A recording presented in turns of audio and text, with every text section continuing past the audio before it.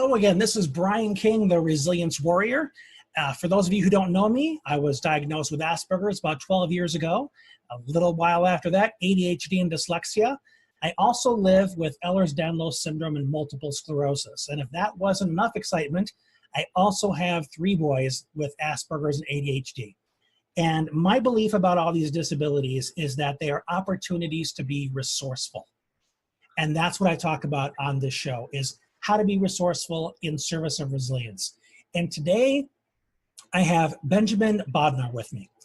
He and I go back a couple of years. We're connected on Facebook, and a little exchange led us to conclude that we needed to discuss a topic that's very, very important. And I hope that we're going to be able to discuss it comprehensively enough for you to be informed and be able to take action. And here's what it boils down to. When facing a diagnosis of a learning disability such as dyslexia, ADHD, or autism, or any variety of conditions, it can be very overwhelming, not only for the person receiving the diagnosis, but also for the parents. Parents who must endure this difficult resolution that, frankly, flies in the face of their fantasy of the perfect child and the life they had hoped for that child. And even though teachers, schools, other parents, a community can rally around these parents with the utmost compassion and patience as they try and make some sense of what this diagnosis means for them, their child, and what the lifetime ramifications of this diagnosis mean, even with this support, sometimes the pushback that the parents feel within themselves, pushback against the diagnosis, against the professionals that brought it to their attention, against the whole idea of the validity of the testing, you name it. You know, their own resistance can be the biggest barrier to helping their child get what they need to be successful. Now, before I get into the specifics of what is the source of this fear, I want to bring Ben Bodnar into the conversation because he's a brilliant guy. He knows this topic inside and out, and he's a lot smarter than me on it. So I want to give him the floor. Ben, welcome to the show. Hi, Brian. It's great to be on with you. It's a pleasure. So tell everybody about your background. Why is this a topic that's so important for you? Well, so a little bit about me. I'm by day I'm an attorney in Washington D.C. and when I'm not overwhelmingly busy, which is so slowly but surely not happening too much anymore. I am the outreach director for Jobs for Dyslexics, which and it's our great pleasure to have you on as a board member. I believe you still are, and all the work you've done with us for the last couple of years. And I do many, and as a part of Jobs for Dyslexics, I do many employer outreach coalitions and programs to generally address the topic of well-being in the workplace. And I have another, just after we have our discussion, I'm actually getting on the call with our most important project down that road with the National Business Coalition on Health this afternoon.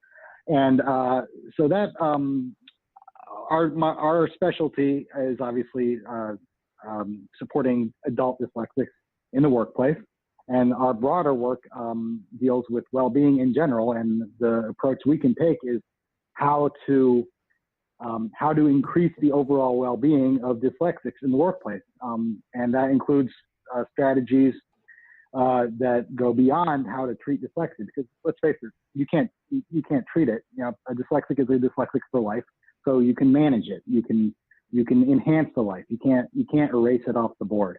And that's something we all know from being closely tied to the topic, having relatives. Maybe we have it ourselves. Maybe we've had negative and adverse academic and professional experiences as a result of it. We all know we can't just take it off the game board, but we can change how we deal with it. And that's what I dedicate my volunteer work to day in and day out.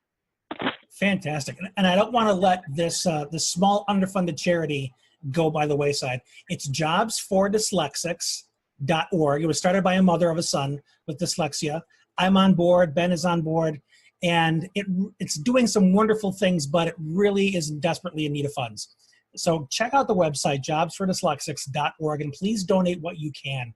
because dyslexia is far more common than people realize. It's not just a difficulty reading. It impacts processing of information interpersonally, having conversations with other people, which could negatively impact relationships on the job site. So folks living with dyslexia have needs for a lot of job supports, a lot of education, and hardly anybody out there is doing it.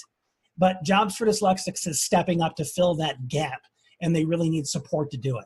So the topic that Ben and I are talking about, the fear, the pushback that parents can experience when first receiving a diagnosis for their child of some learning disability. And there are a lot of reasons for that fear. And Ben was kind enough to send me some points beforehand so that we could really address this topic completely. And the first thing that he shared was that there's a fear of isolation, both on the part of the parents and of the individual. They're afraid that their child is going to look different. The other kids are going to treat them differently. And if they have a label, other parents and teachers will treat them differently. They're afraid that other parents will judge them, that they won't be understood, that they won't be able to find friends who get it. The fear of stigmatization. Are people going to think less of the child? Maybe their own pride. I worked with parents over the years that were doctors, attorneys like Ben. They were educators themselves. They had high-end degrees, and now they're concerned about whether their kid is even going to graduate high school because of the degree of challenges. Or they just don't believe that it's possible that they created a child that had these difficulties. They'll say, well, no one in my family has that, or there's no history, so that can't be the case. Maybe my child will just grow out of it. Maybe the financial implications. Let's face it, getting support for these kiddos is not getting any cheaper. Even if you have insurance, the funding is heavily weighted towards the benefit of the insurance companies and the providers, myself excluded. So that is an issue as well. And sometimes the parents just are afraid of overwhelm. They say, I don't have time for this. What about the other kids? My other kids are in band and sports. I don't have time to run to all these therapists. So they begin to minimize the need for it. Or they rationalize that, well, certain things aren't that bad. Certain things are pretty normal for a kid this age. So it helps them justify not getting the supports. And then folks like me get phone calls when these kids are 20, have no friends, no prospects, no job, and now they want a rescue plan. It ain't going to happen. That's one of the reasons why I'm so eager to talk about this with Ben. So have I covered him pretty thoroughly, Ben, or is there more to this? You did an absolutely great job. That's the best panorama of the issue I've heard in a while. And you hit all of my reasons. They obviously go beyond 5 reasons. There are infinite reasons why a problem waits too long and to get addressed, and by the time it doesn't get addressed, it's often too little, too late. There are infinite number of reasons. I think there's very little argument that those are the top 5. Other people can chime in, and they're obviously very family-specific reasons. I also omitted there are possible religious and cultural barriers. Very important one. I just ran into one of those recently. Okay, yeah. Obviously you're going to have idiosyncratic situations where there's some little holdup in the life of the individual or the family, or some kind of societal expectation other than the ones we're here to talk about today. Some kind of community expectation that is going to prevent this from getting done in the right way.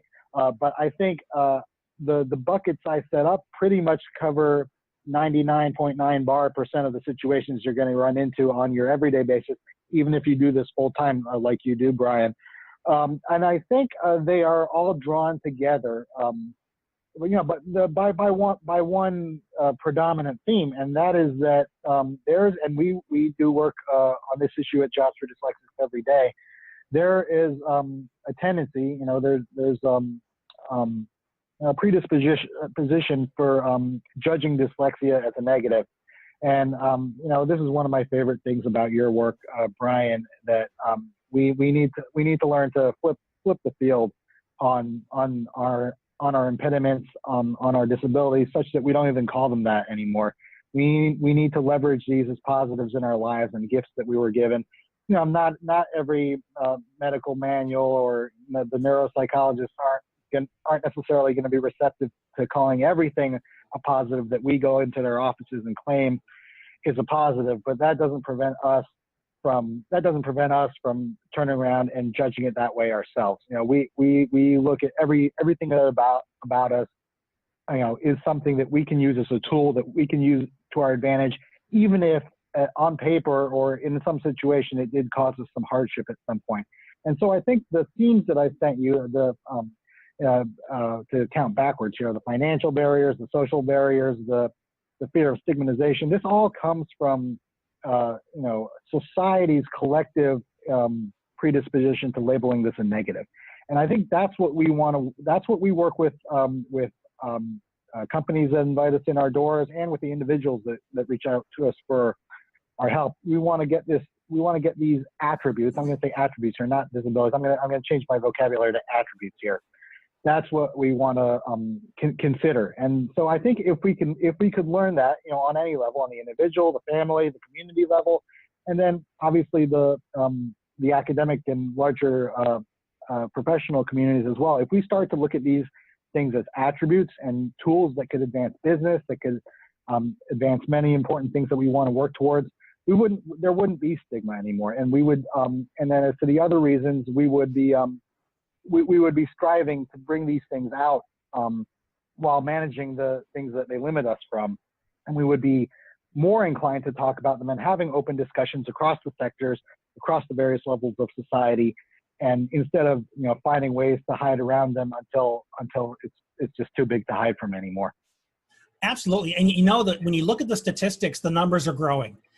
Something about our gene pool is really favoring variety in the specialized brain arena.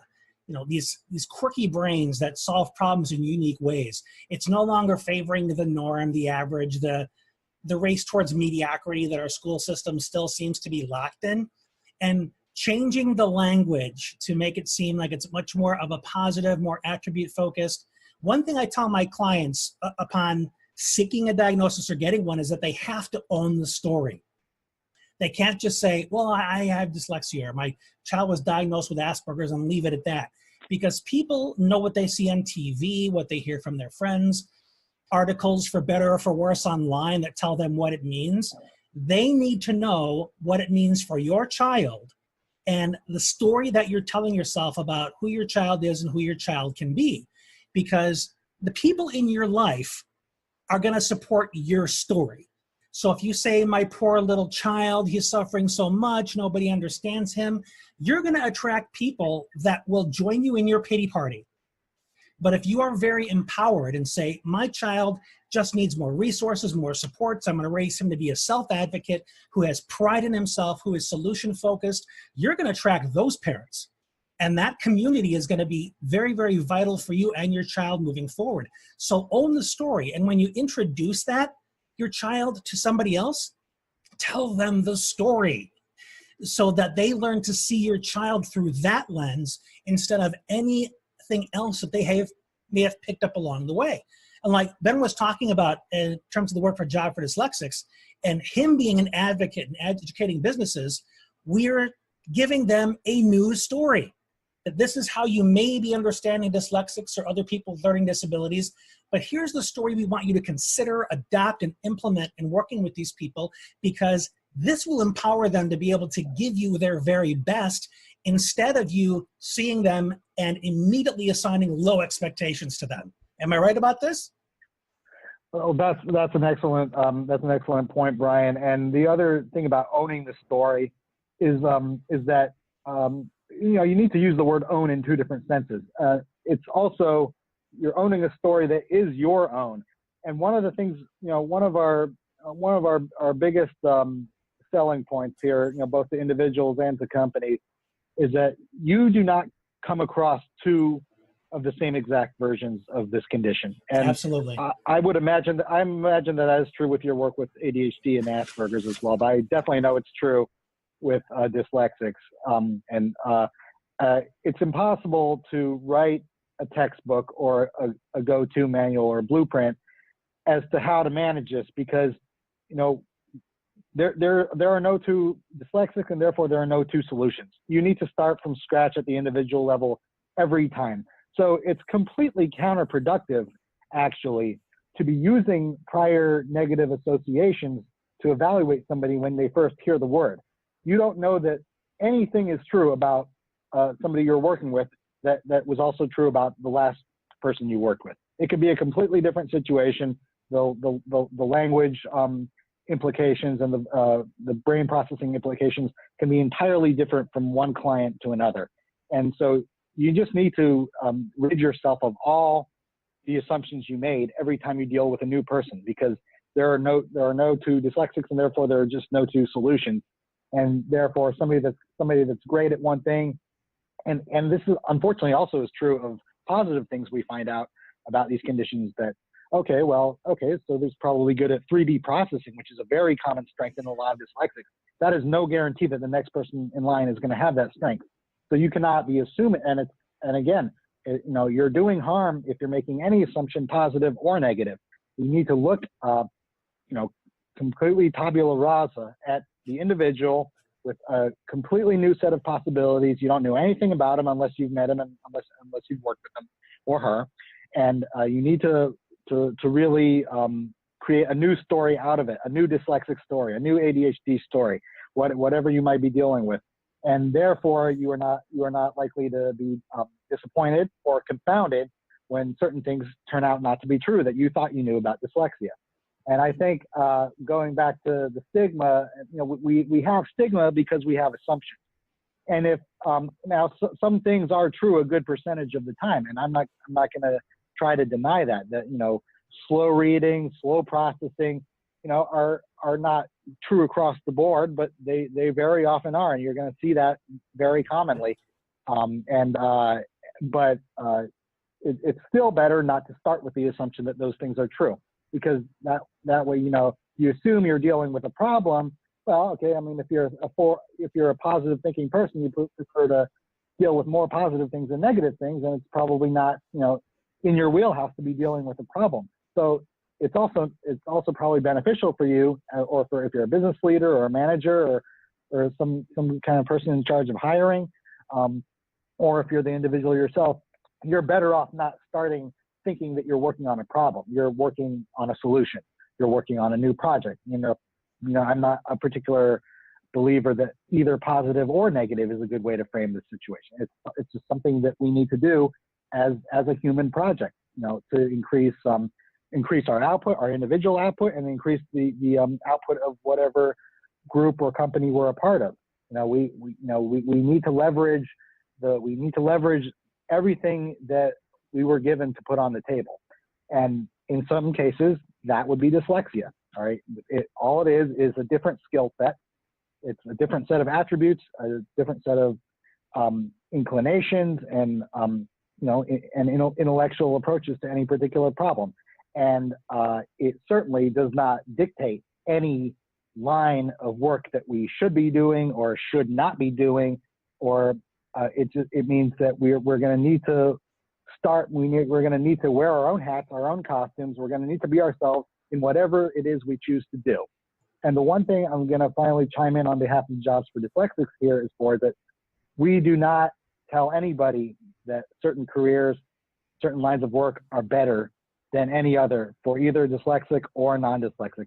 Anybody can do what motivates them in life, what they think they were put on this earth to accomplish, to achieve. And dyslexia just means, and non-dyslexia means, that we have a particular path by which we're going to accomplish that. And we need the support of everybody involved to figure out how best to do that as ourselves. Absolutely. I mean, I couldn't have said it better, because what I'm doing now to make my living and support my family is a job that I created for myself around my strengths so that I can make a living, because I bumped into so many other people, ignorant mindsets that just didn't get it and didn't utilize my talents. But that's a whole nother story.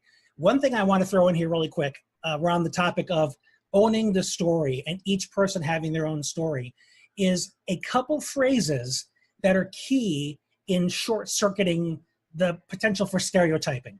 So let's say you're advocating with a teacher, you're advocating with an employer. One thing I see in the schools a lot, are teachers that I think they're trying to put the parents' minds at ease by quoting their resume. When they say, oh, I've been working with these kids for 20 years, I know what I'm doing. Well, is that statement loaded with stereotypes that I'm expecting your kid to be like every other kid I've ever worked with? So one way you can short circuit that is by saying, that's great, it's wonderful to hear that. Let me tell you what it means for my child. Then you bring it back to the individual basis. Or if you are the teacher, you can say, I've had a lot of experience with these kinds of children throughout the years, but please tell me what it means for your child so I can get to know him or her as an individual. Bring it back to the individual level. And when it comes to advocating on the job, if you decide to disclose, and Ben, we might even want to have a conversation another day about this, disclosing on the job that you have this challenge, you can say, and this is what it means for me, and this is what I need to be successful. So you give them the story and you tell them, these are the kind of supports that will help me do my best job for you. So are those things that you recommend, or are there other things that we should consider as well? I think,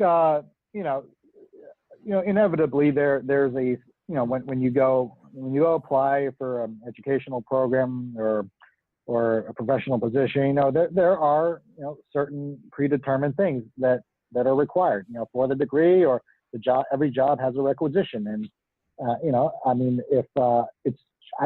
I think it's just as likely that, a non-dyslexic, will not have the requisite capabilities, to do a certain number of tasks as a dyslexic.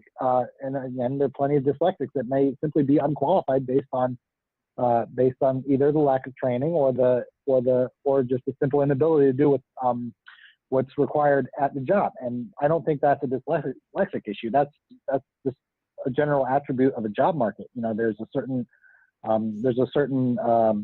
candidate that is necessary. There's a certain skill set, and it's just as likely that as a non-dyslexic would not have that as a dyslexic would. So I don't think it even needs to enter the discussion at that point. And I think frequently the question of disability enters the discussion far too early, and that sort of goes against what I would normally say was where we need to address this prophylactically. We need to address this up front so that it doesn't nip it in the bud because it doesn't come later. But this is a little different. I think that what I mean by too early is that we're addressing it for the wrong reasons. We're addressing it because we think that there are going to be limitations, and we've assigned limitations to ourselves that simply don't exist yet. And I think that's counterproductive, and I think that's why disclosure is a very, very hairy topic. And I agree we need to have a future discussion about that, Brian. And I think it's not as simple as a yes or no question, and it's not, and it also does depend on certain attributes of the job. I think that if somebody thinks disclosure is going to be an issue because of a legal problem or because of stigma, well, that's where we would say no, we need to get this out into the open now. But if it's because of a certain perceived inability to do the job, I don't think so. I don't think that's something somewhere we want to go yet. So I hopefully somewhere in there I answered your question. Oh, one thing that you did really point out is that it's not a simple black and white answer. It's not simple to it. There's so many things around. Are you even qualified to do the job? Is it a matter of you requesting that they completely rework it to suit you, or maybe you just need a couple accommodations here and there? So we'll definitely set up a time to get into that more at a future date. But one thing to get back into the topic of advocacy, seeing things as much more as assets as opposed to difficulties, some of it is teaching the parents to really sift out the skills that their child has, or let's say we're talking about an adult now looking for a job, is looking at the skills you have, taking pride in those, and celebrating the unique advantages those skills give you, as opposed to always weighing them in comparison to all the things you struggle with. So how do we help parents and the people with the diagnosis accentuate the positive? Well, we obviously, there's usually been a test by the time we're this far into the conversation. So in the test, if the dyslexic reports that that I'm familiar with reading, you see in various parts of the reports positive after positive, and in the DSM-5 world, the neuropsych testing world, it's often called something like very superior or superior or beyond expectations for the age. So there are all kinds of built-in automated praises for somebody that has a particular strength in a particular area. But I would really step away from, that said, I would step away from them, and I would encourage the individual to look back on, obviously you're dealing with a young adult now, so there's a certain built-up memory and a certain built-up tendencies to succeed in areas and struggle in certain others. And I think that inevitably, there are very few people that don't, even if they're not particularly good self-advocates currently, they still have the ability, when prompted, to look back on certain things that have gone really well. And that is the very necessary square one to all of this. Look at what you do well and extrapolate that. I guess right now, I think you asked if we're in a job interview, for example, how can achievement ABC in the past help need DEF that the employer put out the job rec for? And I think that is the most important connection to make right off the bat, is what have I done that translates most closely to this skill? And the exact thing not to do would be to look back on, a struggle or a failure in the schooling years or in the very early professional years that says, oh, what will failure XYZ, why will that be an impediment to the future achievement of DEF, or why does that negate strength ABC? Let me tell you something, Brian. Nothing negates strength ABC. Strength ABC can always be leveraged towards task DEF and to any other task that it applies to. A failure never cancels anything out. Just like a strength, that's a double-edged sword. A strength never cancels out a failure. You just have to choose which one you're going to look at. You have to choose to look at the positive instead of looking at the negative. It doesn't erase anything. It doesn't mean you won't struggle. People who aren't able to identify any negatives in their lives, they will still struggle because there isn't anything that everybody is good at, and there also isn't anything everybody is bad at. There's a skill out there because there is a need out there. It has been envisioned and it has been seen, and everybody, there's nothing that can cancel out a strength. The only thing that cancels out a strength is an insistence on bringing the negative to the forefront, and that can be done either by, very inside the box thinking about how a job needs to be done, and that's what we always seek to work with companies on and work with clients on. We get used to this format. Many of our highest achieving clients, immerse themselves in such an obsessively verbal world that bring out more of the limitations dyslexia imposes than is ever necessary for any field, including one that is heavily based on the written language. And we surround, and this is true in society in general today. We're working in a very verbally obsessed world. And we look at the youngest people in the earliest years of school, and we look at what are these kids being asked to do? I don't remember doing certain of these tasks until middle school. Just in the last 20 to 25 years, we have placed this huge societal emphasis on the written word, and that is leaving a lot of people, very scared for, it's particularly dyslexics, and not just dyslexics, but people who aren't very, very top of the line in that strength in general. And we're leaving people, wondering what they're going to do as this problem, as this obsession gets worse and worse. And so I think we need to, in order, and it's hurting our ability to fill a lot of the necessary professional needs in society. It's hurting industry that we have this fixation. And I think if we were to learn to step away from that and, create our positions based on the strengths that we collectively hold, we'd be in a lot better position, to identify the correct talent. Because oftentimes it is the correct talent that will struggle the most because of the way a position or a certain curriculum is set up. And so, oftentimes, there are policy barriers, there are government, there are things that are very hard to get around, and there are things that are very expensive and time consuming to address in a meaningful manner. But we will always have limitations, and nothing will ever be perfectly fluid, in my opinion. I think that as long as we minimize and keep to a limit the barriers we impose upon ourselves, both at the individual and the societal level, we're going to be in a better position to not let talent slip through the cracks. Which is, this isn't said in too many of our materials, but the underlying, the highest level statement of this problem is not letting the talent slip through the cracks, and having the wrong formats and having the wrong approaches to determining success. That is the biggest culprit we face, and I think focusing, first and foremost on it will help us make the most progress. I'm with you on that, 100%, Ben.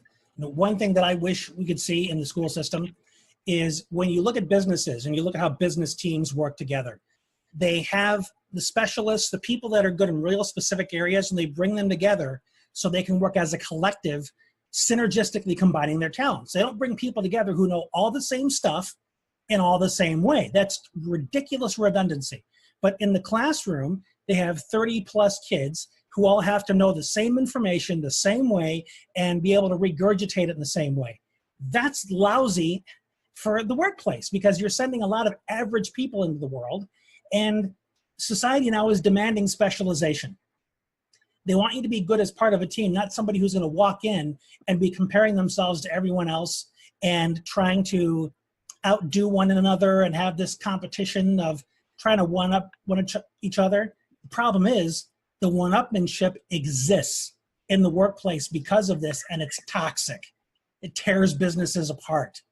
So there's many reasons why we need to get away from that. But again, another topic for another day. So let's finish up with this. This has been an absolutely fantastic conversation, Ben. I'm so glad we had this. If we want to help the parents, we want to help the individuals develop a sense of being okay and being authentically themselves, just accepting themselves for who they are and not walking around the world being afraid that they're going to be discovered. Because I see that a lot. What if I'm outed as dyslexic or ADHD or on the autism spectrum? So how do we help people develop that sense of self that is going to empower them to be fulfilled in life? Well, all right, so the question is twofold. How do we help parents, and how do we help the individuals? Well, except in the very, very situations in which we're actually, developing an IEP or a 504 or one of them, except when we're dealing with the actual professionals dealing with this issue head on. I think we need to stop using the word. I'm going to say it flat out. We need to stop using any word, just about any word that begins with D that we could possibly use here. So that includes dyslexia, and that includes disability, and that also includes detriment and many other D words that I'm not gonna bother to say here, but I'm sure I can think of them if you gave me the time. I think the parents need to employ, they need to employ the same instincts that they would use to deny. And here's another D word I don't want to use too much: denial, because that's one of the more harmful ones as well. The same instincts that they would use to deny or cast out of light the problem. I think they need to use those same instincts. Looking after their own social standing, looking to avoid stigma, and drawing on the strengths. If you're in a situation you like to go around saying everything your child is good at. Well, they just took home a sports trophy or a ballet trophy or a spelling trophy. Obviously, in this area we don't have too many spelling champs usually, but it's absolutely conceivable that we could have one. And we want to empower parents to represent their children, especially if they're not of an age where they're going to be representing themselves just yet, or even if they are, we still have proud parents of young adults. We need to give them the sense that you need to unpack this package that is dyslexia more. It wouldn't be anything if not for its individual components of strengths and weaknesses. And if the parents are to shake the stigma that inspired this conversation, the problems of stigma that inspired this conversation between you and me, we need them to unpack the things that they want to go through society feeling proud of. Maybe they have a lot of the same attributes as the strengths of their kids, and that's not something that they would let be lost on the people they associate with, or in their social circles or in their professional circles. And we would also want to put them in position as if they were the person interviewing their own progeny for the job. And especially in a training circumstance, we would want to give the parents all the expertise and all the practice that they can possibly get, drawing out the very best things that would enable the child to, or at that point their young adult, to either get into the school that they want to get into, or get into the program, the major, the field, the right field of research, or the right trade, whatever we may be dealing with, or if it's an actual job interview, we want to empower the parents to prepare their now almost adult age children to be representing themselves so as to give them the best shot of getting that job. So it's double or nothing here, really, for parents. I mean, if they are drawing out the weaknesses and hiding, they are not only making life unpleasant for those actually in a position, whose job it is in the school system or elsewhere, to assist their children as students or job seekers, but they're also doing great damage to the prospects of success, in obtaining that progress. It's not just an issue of stigma anymore. It's actual, you're actually giving up your position, and many of the parents that would be inclined to associate this with stigma and to deny a reality, the problem is many of them are very high achieving. Many of them are in the highest social classes, the highest level of highest professional echelons. And that is very unfortunate, because those are often the people that can do most for their own children. And so the pain just redoubles and redoubles when their own expectations are not met, and it's even worse when you look back and you realize there's something that could have been done about that if you just kept a somewhat more open a mind. And I think that I think this was in my write-up to you, Brian, and I think that, the incentives are not just moral. They are very, very concrete to deal with a problem as soon as you know the basic nature of it. And that really isn't specifically dyslexia either. It's just particularly pronounced because there's a lot you can do. And this is not an academic issue. It's not a professional issue. It's very much a life issue. And once it's first and foremost a life issue. Therefore one of the first casualties of improper management is going to be self-esteem. A child does not have to get very old at all to develop serious self-esteem issues from early experiences. So if something might present an issue, and there's going to be a difference, and that's something that is going to cause presumptions. I don't know what you have. I don't know what anybody thinks they have to gain by letting that run its course and assuming something's not going to happen. Because the more time that elapses, the more stuff that does happen. It doesn't matter if this child goes on to have academic success, even with continued improper management. There's still a lot of hurt. There's still a lot of things that can't be undone by the time certain experiences have taken place. So, childhood experiences and young adult experiences are both positive and negative. You're going to learn from them, but I think I think you still want to do what you can to possibly not have them, because it is just all part of the weight and all part of who you become as a person. And it does limit, there's a lot we can do for everybody at present, no matter what stage of the game we're at, but the product is still better if we maximize the empowerment. And every time we have a negative experience, empowerment, the potential for empowerment, unfortunately, does go down. And so it is never too early to start, and it is never too early to impress upon parents, how paramount it is to develop a confident human being not in the child, and a confident human being supersedes a confident scholar, a confident professional, a confident job applicant, a confident test taker. All of those subsets of who a person is, are controlled by what kind of human being we develop. And that's why this needs to be viewed as a very, very holistic, matter. And I actually, on that note, just a year ago in December, I traveled over to India to do a joint conference with Child Wellbeing Institute, with a college there in Chennai.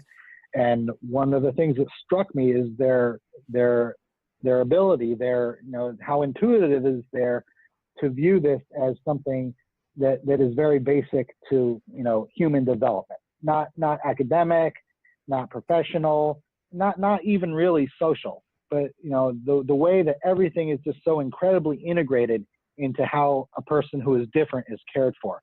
And as I participated in that conference, I realized, boy, we have a lot to do, and in certain places we do not know, our right hands do not know what our left hands are doing here, and we have so many firewalls here in the United States between the various levels of the various stages of human development, and we don't have the schools talking to each other. We don't have the schools talking to the future workplaces.